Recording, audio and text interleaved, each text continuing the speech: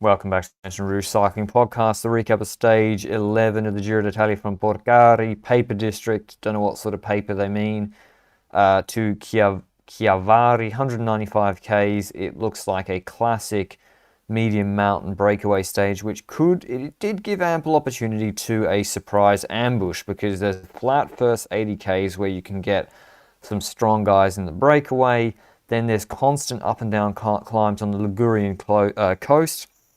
We're making our way to where San Remo begins the Cipressa lead out, and then we got steep climbs, narrow roads, twisty descents, technical. The two climbs of main note, there's a 10k 6% climb, but then the Colla dei Scioli, 5k 6%, last 10 or 6 minutes is 9% descent, very tricky descent. Then the Red Bull kilometer sprint is at the top of a 5k uncategorized 6.4% climb. First 800 meters, that was surprisingly steep actually. Another descent, then it's I don't know, 7k's of flat to the finish. Absolutely nailed on break sort of stage for like a Ciccone, Scaronis of the world. Me and Benji had them respectively, I think.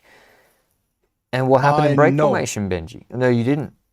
I always select the UAE rider for the breakaways in this race, yeah. but I always don't pick a certain UAE rider that may or may not have done well today. So we'll get into that. But break formation was really long. And when I say really long, I mean the majority of the stage was break formation. From the get-go, the flag drop, a group of 10 riders went up the road, Patrick, and they immediately took a gap of 15 to 30 seconds. And that included decent riders like Ciccone, your pick for the stage, Stuyven, Scaroni with two teammates, a few Polti riders, etc. Roughly 10 riders up the road. And that group actually stayed up front for 25, 30 kilometers. And if you look at that group, then there's a few teams missing. First of all, Alpecen's missing, but not the most relevant team to potentially win the stage, in my opinion. Polti missed his breakaway and started chasing it as well together with Alpecin.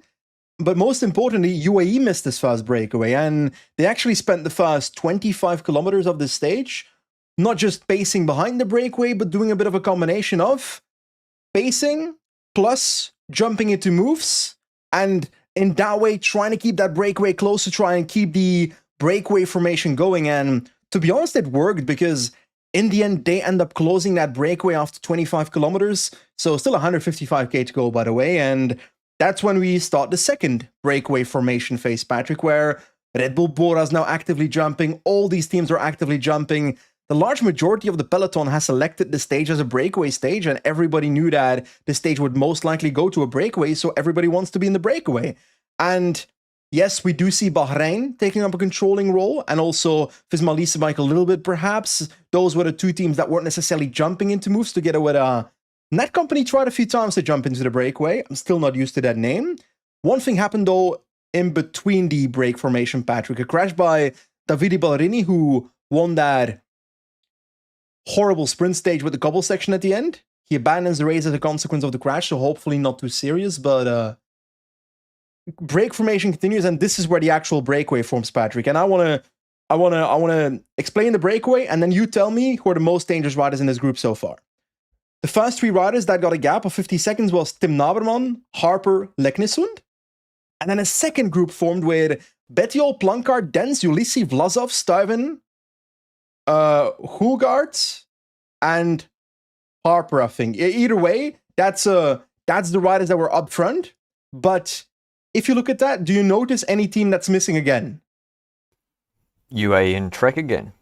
And the problem is Trek only got one guy, it's Ciccone, so it's all about him. They don't have, Astana always make the break because they have 3 guys they can jump in with. Yeah, that's true. So yeah, and UAE want to be in the break. And also, it's UAE are down numbers, but actually their whole team has license to go in the break. So it's still 4 strong guys that can go in. Sadly for me, Jan Christen was not in this group, and neither was anyone else for UAE, so they go back to the initial strategy, which they already did for the first 25 kilometers of the stage, of chasing that breakaway. Little Trek and UAE kind of put their hands together, start hammering it at the front, trying to control the gap as much as possible, and the gap does not explode here. It stays at about 45 seconds to a minute, maybe maximum, and that is the first 100 kilometers of the stage. what, like, is this the right strategy at this point in the race to keep it as close as possible for the hill zone, then to come and then a Ciccone or a Kristen or a Narváez or an Arrieta can start jumping? Yeah, I think so. I mean, you see so many times, like, teams, and especially Trek, like, Ciccone's burnt all his matches on, like, on the flat. When's the one time Ciccone made the break this Giro so far? When he jumped on the one climb in the race. And these after missing it initially. Yeah, so, yeah, I think it just costs so much less to go on these climbs. And so, yeah. It is an art form to... First, you've got to be in the break. Then, to win from the break, you have to have gotten in there without killing yourself. Then you probably need numbers, or you need the quicker sprint. Like... Yeah, and the break also got lucky in a sense that, like, Harper, I think, was always riding for GC time, right?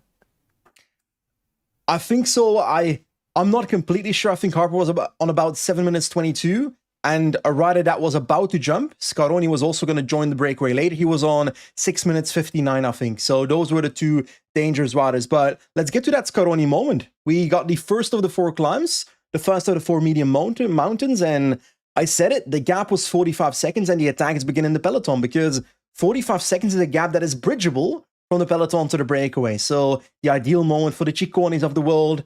But it's not Ciccone, it's Mas and Van Neetveld who do the initial bridging, and they get to the front. Then a second duo tries, Sobrero and Arrieta, so UAE and Little Trek, but they fell in doing so. And then it's I think a second group that maybe forms for a little bit, or the front of the peloton forms a little bit of a mini breakaway, where then eventually we've got 2 riders bridging solo. Narváez from UAE bridges solo from that secondary group. 25-ish seconds he bridged by himself to the front. And then Scaroni does the exact same, and that is the breakaway. Scaroni's now with 2 teammates, Bettiol and Ulisi. Narváez is back in the breakaway. Gap grows to 2 minutes. From this breakaway, Patrick, we've seen so far in this Giro, Narváez is the ultimate favorite. Is there a way to beat Narváez here? Yeah, you got to, like, create some chaos, because Narváez, he is a little bit like, if you can get him in the Carapaz del Toro situation, he will succumb to that mindset. And I repeat again, he's having a fantastic Giro, he's the heavy favorite. With his power profile, he should be winning 8 races a year, for example. Like, he's virtually impossible to drop except on a high mountain. His sprint is unbelievable. But if you create a sort of like, chaotic race situation, he will sometimes really cost to himself out of a win. So I think the only way is to have 2. Astana's the only team I think could beat him. And that's because Scaroni and Ulisi can... Yeah, like, they can... Ulisi, if Narváez has had to work... Or no, rather, I could see a situation where if Scaroni was attacking, Narváez would refuse to chase because he would overreact to the threat of Ulisi in his wheel, whereas I actually think Narváez could just pull, like, almost Ulisi to the line and still beat him in a sprint. So, but the counterpoint to that was I saw Harper in the break and I was like, he's just going to keep this going. I didn't see Narváez having to solve anything, because when basically the break forms and then it just starts attacking itself again very, very quickly, Narváez was almost never having to close the gap, because the bad climbers would attack, the climbers would attack, and then Harper would chase for GC, and then Astana had 2, so they had to be represented, and I didn't see Narváez actually getting worked over. Me neither. And that's the situation basically going into the last 3 climbs of today. But to pull it back to the peloton, I'm still not completely sure what net company Ineos was doing at the front of the peloton, because yes, they were positioning themselves for downhills and doing downhills first. That is perfectly logical for a team to try and do that. We see that Jonas Vingegaard doing it himself on a certain descent later in the race, where these teams want to keep their GC riders safe and be at the front. But it looked to me like Ineos was hard pacing climbs a bit. And I'm having trouble figuring out what their strategy is, because then they never activated anything. It's as if they were just hard pacing without like a conclusion to their plan. Did you see like a potential destination for what they were trying? Yeah, because I thought, is it just for positioning? But I was like, it can't be for that because the gap was really going down. So if it's just for positioning, basically the gap will go out and then they'll gain a bit of time back quickly, but then it'll go out again. And yeah, I didn't really. It can't have been for Chris Harper because he's no threat to Aronsman. It's not Chris Harper's GC position. That's why Bahrain were controlling it through Eulalio. But the answer is, I think it's kind of just like force of habit. Like Aronsman's now a podium contender, so they're just like, just ride. Oh, maybe benefit of the doubt. Thickness, Pellizzari, dysentery, Maybe. hard pace some of the steep climbs.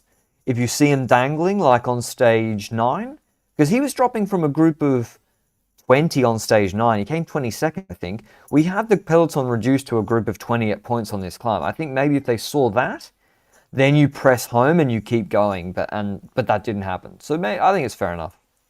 Yeah, it's not that big of a deal at the end of the day. It's like I have no issue with Ineos doing what they did, to be honest. It's more I was more curious about what the idea behind it would be. Maybe it's keep on testing Eulalio. Who knows? Maybe they're trying to see what his limits are across 3 weeks and whether he has a weekday on a medium mountain stage or something. We don't know. Anyway, back to the breakaway then. We start the third last climb, the Colle di Gualtarola.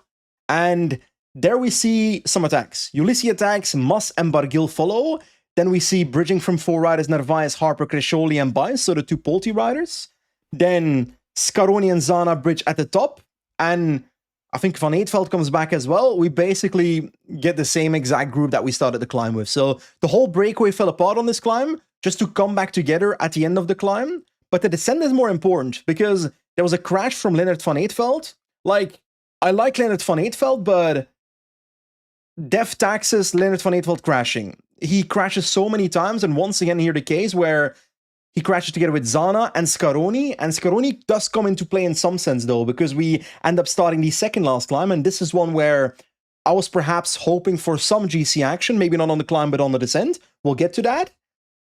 What shocked me was that on this climb, the second last climb, Patrick, is it me or did Ulissi look like he was continuously upping the tempo in the front group while Scaroni was desperately trying to come back behind? Yeah, that didn't make sense. Now, I don't know if Scaroni's got on the radio and said, forget about me, I'm injured. He was riding at the same watts as the front group, but he was not in the draft the whole time. He did the final of this almost on his own with Barguil, and yeah, he cracks at the end, but the only way Ulissi can win is with Scaroni. Yeah. It's the only way he can win, is if Scaroni's a teammate is there. And Scaroni got within 15, 12 seconds at one point. And that I think Ulissi should have been blocking in that phase. And I think who attacked on that climb? Ulissi, and then, but not even, Enric was like pretending, I think. Enric was like yo-yoing a bit. Harper came back, he keeps the pace going. And then, we get to the descent. Scaroni never gets back on. He's with Barguil. We've got Mas, Harper, Vlasov, Crescioli, the young Italian climber on Polti, Narváez, Ulissi. They're all relaying. Ulissi maybe soft tapping. They get to the final climb. It's uncategorized, and then it's steep and twisty. I want to pause you there for a second before we get into that climb with the breakaway. In the peloton, I was expecting something to happen on the second last descent. The descent of that Scioli climb, the Colla del Scioli, is a really twisty technical descent. You can see that in the run up to the top. We see Jonas Vingegaard moving up by himself to try and get into first position. Riders are dropping because of the fight for positioning towards the top at this moment. That is because the descent is so technical, potentially dangerous in some sense, to the point that I've been preaching it for a week, Patrick. Felix Gall has weaknesses. Descending is one of those weaknesses. He lost his podium competition at Catalunya because of a single descent. I was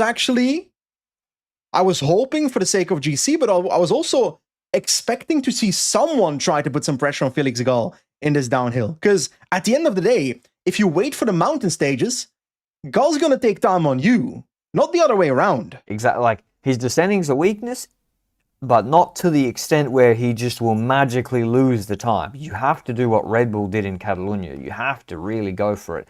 We saw on the descent before, him and Eulalio, it's not just him, Eulalio's got a descending problem too. And these are the things you don't notice about a rider until they actually are on the big stage and you see their weaknesses more clearly. But yeah, Eulalio is not a good descender. I feel like he was struggling in some parts there, or at least positioning-wise, because him and Gull were dropping the wheel. What, sorry? Him and Gull were dropping the wheel big time in corners. Yeah. Anyway, didn't happen. Didn't happen. No one presses home the advantage, and that's how it is. We get to the final climb. Enrique goes all in. He tries to drop everybody. Narváez is right on his wheel. Narváez does not give him a pull the whole climb. He only attacks from the front, which maybe he needed to get a gap on Narváez at one point, but unfortunately, Enrique only attacked him from the front. It was high speed at that point. For the last half of it, it's like 35 k's an hour. Probably he's attacking at. Narváez is glued to his wheel.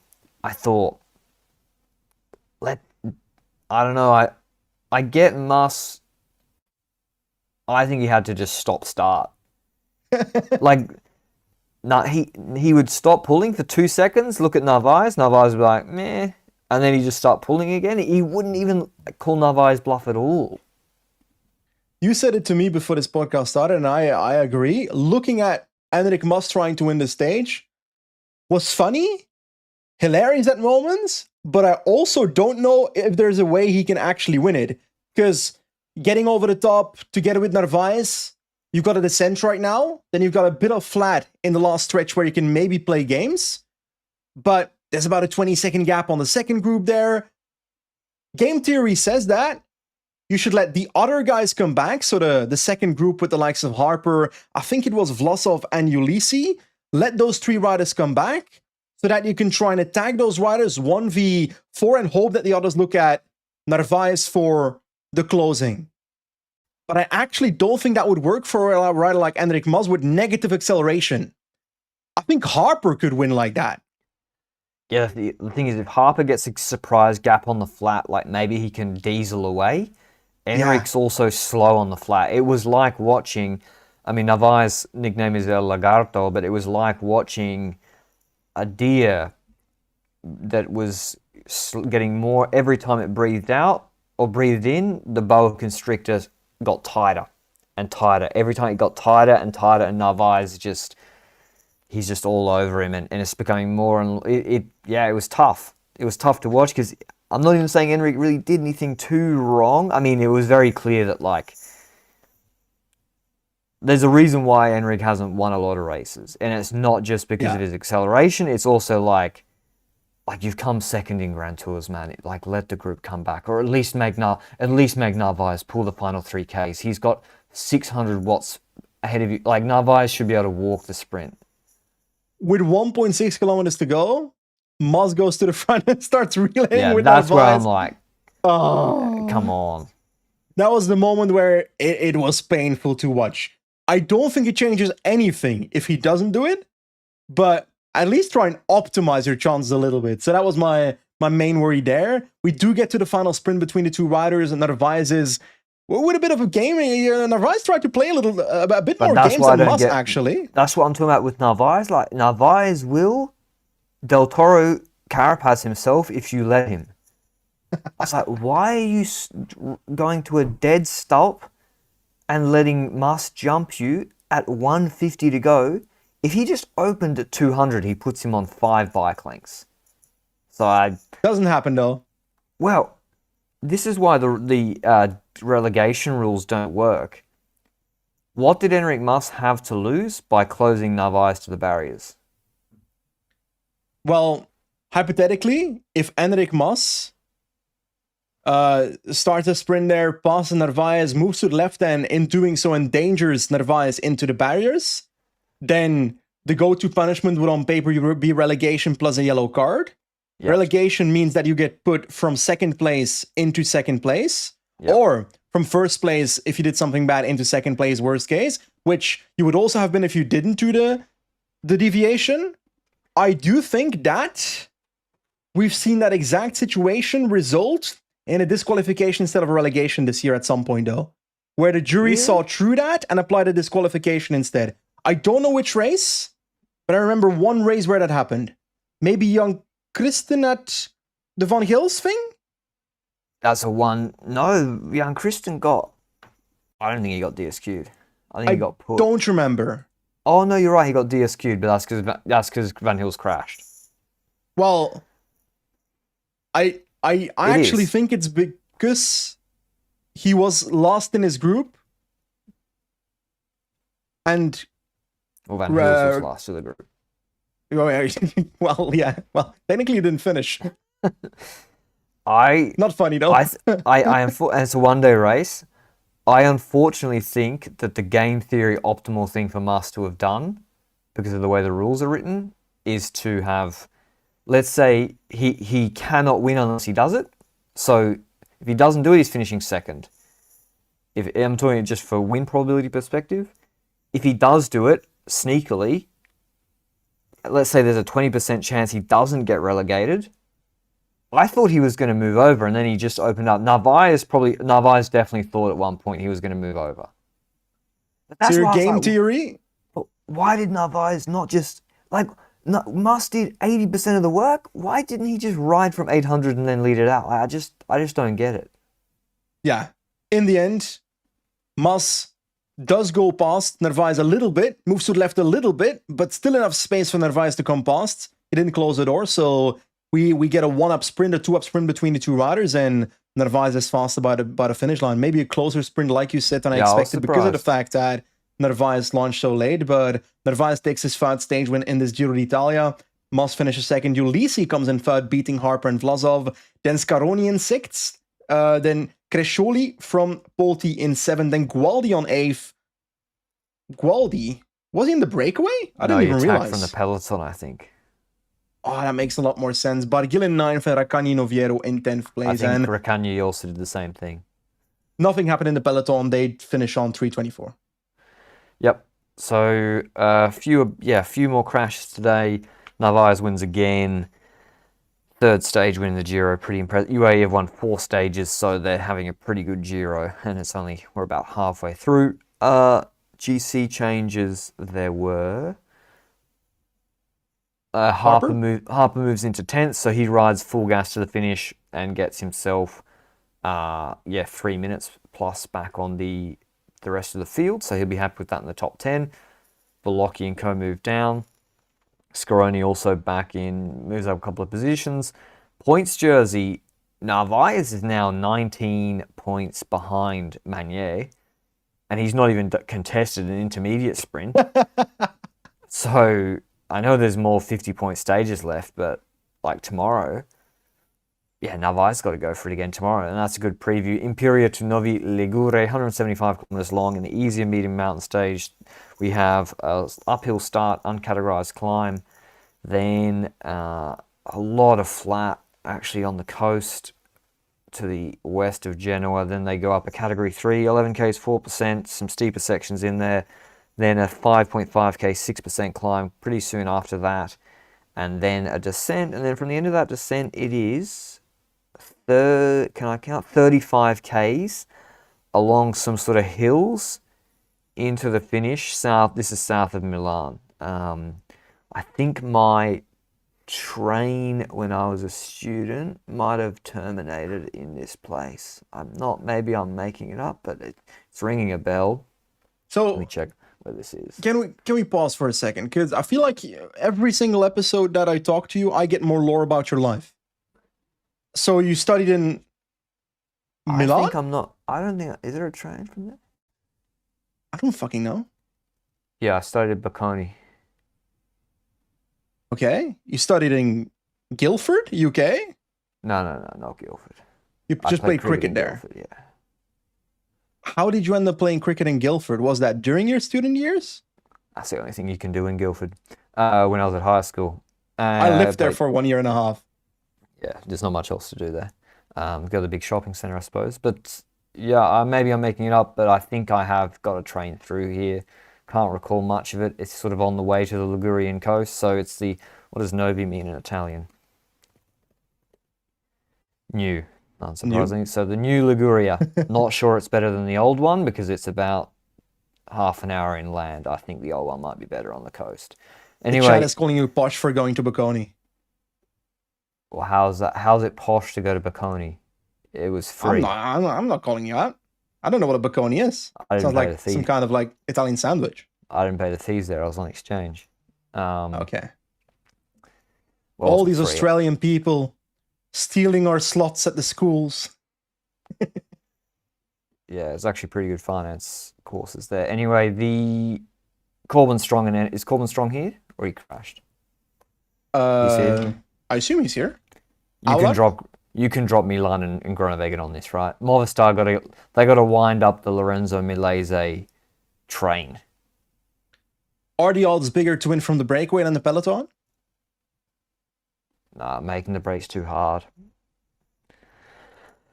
No, I don't think it is because the sprint teams will control you. I think you wait, control the break, and then just with NSN nuke these climbs. And then you form the breakaway. Yeah, maybe. There's a little kicker. 7Ks from the finish, there's a 600 meter 7% kicker. I think this is, if you're NSN and Strongs here, you have to go. Decathlon, will they still go for Lund, or is this all Felix goal time? Well, I think the most important thing on those climbs and so forth is keeping Felix Gall safe. But in the last 15 kilometers, if Lund is there, then you go for Lund as well. You know, it's like. But you don't think they'll like control the break? Because if you control the break to win the stage on stage 9, that has a less probability of success than Lund winning this stage. There's only 30 kilometers of flat after those two climbs, though. And it's hilly, so it's good for Lund, I'm saying. This is a good stage for Lund. How hard is this combination of climbs compared to the climb we had on stage 4? 5? It's not as hard. That stage 4 was like half an hour at 6%, which is pretty hard. I think about halfway through that climb, Lund went. So this is broken up. It's also but 4%. we talk about Lund as if he's that much better at climbing than the rest of the sprinters. Well, I haven't seen that in this Giro. I think but Groenewegen and Milan, he is. They can't. Manier on stage 4 climbed exactly the same as Lund Andresen. Really? Yep. Dropped maybe like a half a minute. Yeah. The difference when they dropped. So true. I think it's gonna be a sprint. Okay. Otherwise, like it's just Narváez winning every stage. So. Yeah. Yeah. The thing is, like with these flat starts, I think Kristen has an issue of getting in the breakaway with those. He's doing his own. Yeah, I mean, Kristen, he's going for stage 13. I think that's a good one for him. He's been trying every day to get in the breakaway. I don't think he's like sandbagged to wait for stage 13. I know you've got your Young Kristen apologetic documentary ready, but I think he just has troubles with getting into the breakaway. Probably. On the flat. My pick tomorrow is Lund. Who you got? Oh. I will go for... I think I picked Lund as like my pre-race pick for this stage. And I think it's best to double down. So I'm going to go for Lund as well. My backup doesn't count for the picks, but my backup is Narváez from a surprisingly reduced group with Aular leading him out again. 4-time Narváez. Yeah. So, the funniest thing is every time I get to a breakaway prediction... What, sorry? Mrs. Rouge is out. I got a live. They're all having a siesta after work. That's so sad. So you want me to wrap this up, is what you're saying? Yeah, I'm done. I gotta see. Okay. See a show this evening. Hamilton? Could be. No free ads. No free ads. Pretty good though. Is it? The Disney Plus recording of the American version is very good. My friend is Hamilton. I mean, so you're saying your friend is the lead role in Hamilton?